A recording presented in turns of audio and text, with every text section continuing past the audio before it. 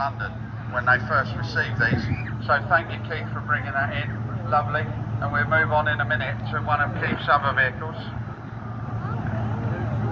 All these Pickford vehicles have Gardner engines in it. Gardner engines synonymous also with the National Bus Company. Most of the vehicles in the West Country, Southern National, Western National, had Gardner engines in it. This belonging to Mr. Peter Bennett, his next Foden here. Again, genuine Pickford's vehicle, used with the ballast box on the back for pulling heavy, wide loads, etc. around the UK.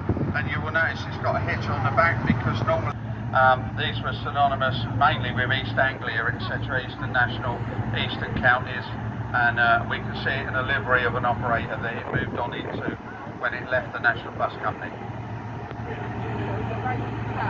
Lincolnshire Road Car, so there we go, so East Anglia again. So thank you very much, Tebsy, that's wonderful. Thank you for moving on to Bedford Wire queue here. Not driven by the owner today, but driven by one of my sons, because all my sons are bus drivers, believe it or not.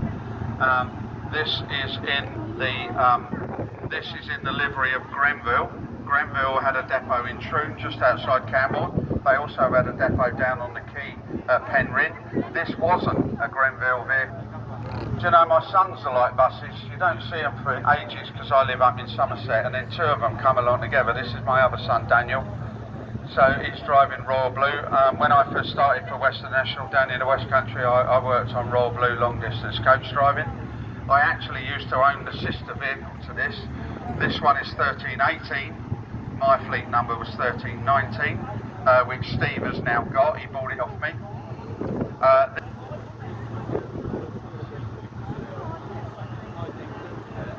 A lot of these were downgraded as well, it's worth saying, to training vehicles after they'd spent their life on Royal Blue, because they were ideal for the size and easy to handle for the learners. So we're now moving on to a Bedford, Cornish registration now. We can see that it's also got a butt on the back, but also it's got a roof rack over the cab for carrying weight over the cab as well. So very unusual vehicle, that one. There's a configuration with the butt and the back there as well, but the side panels could come off and you could use it as a flatbed. So excellent vehicle there. Bedford moving his tractors around, and Sean's done a lot of work, and he's had that a long time, that vehicle, and it's been all over the UK to various different rallies, etc. So now we're moving on a little bit update now. So we've got a Leyland DAF 45 medium weight commercial vehicle, back end of the coal lorries, I suppose you'd call these. They were used to a Ford Cargo Turbo 150 Special.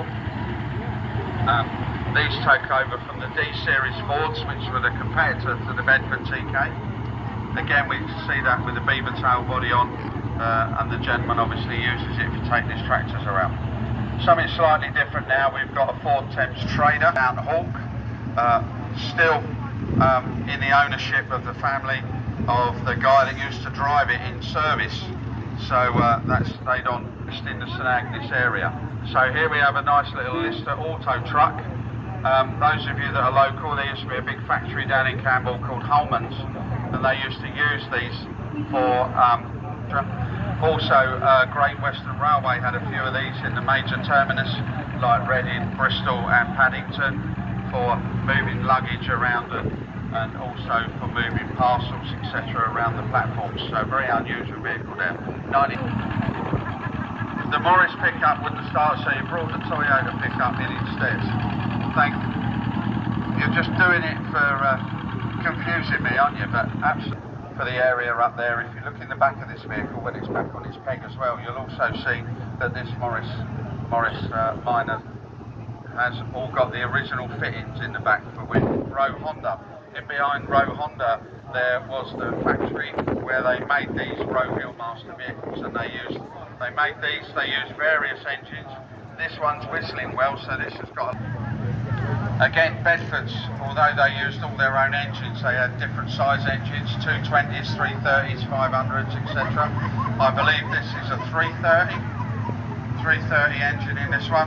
1973 local, was used in Mr Henwood's coal business as well towards the end.